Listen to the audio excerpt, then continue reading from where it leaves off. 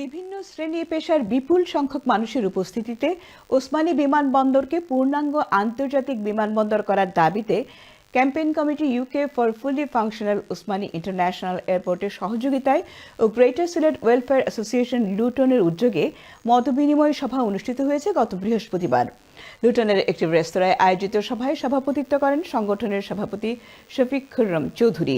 সাধারণ সম্পাদক রুবেল আহমেদের পরিচালনায় অনুষ্ঠিত সভায় প্রধান অতিথির বক্তব্য রাখেন ক্যাম্পেইন কমিটির আহ্বায়ক কে এম আবু তাহের চৌধুরী ও বিশেষ অতিথির বক্তব্য রাখেন ক্যাম্পেইন কমিটির যুগ্ম আহ্বায়ক জামান আহমেদ সিদ্দিকী, মাহবুবুর রহমান কুরেশি এবং মোহাম্মদ আজম আলী।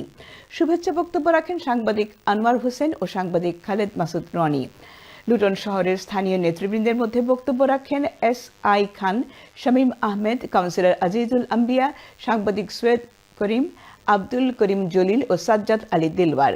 বক্তারা অনতিবিলম্বে ওসমানী বিমানবন্দরকে পূর্ণাঙ্গ আন্তর্জাতিক বিমানবন্দরে রূপান্তর এবং ওসমানী বিমানবন্দর থেকে কাতার, আমিরাত, সৌদি সহ বিভিন্ন ফ্লাইট চালু, নো ভিসা ফি বাতিল ও বাংলাদেশ হাই কমিশনের কনসুলার সেবা বৃদ্ধি, হলিডের সময় ফ্লাইট সংখ্যা বাড়ানো এবং টিকিট সিন্ডিকেট ভাঙার দাবি জানান।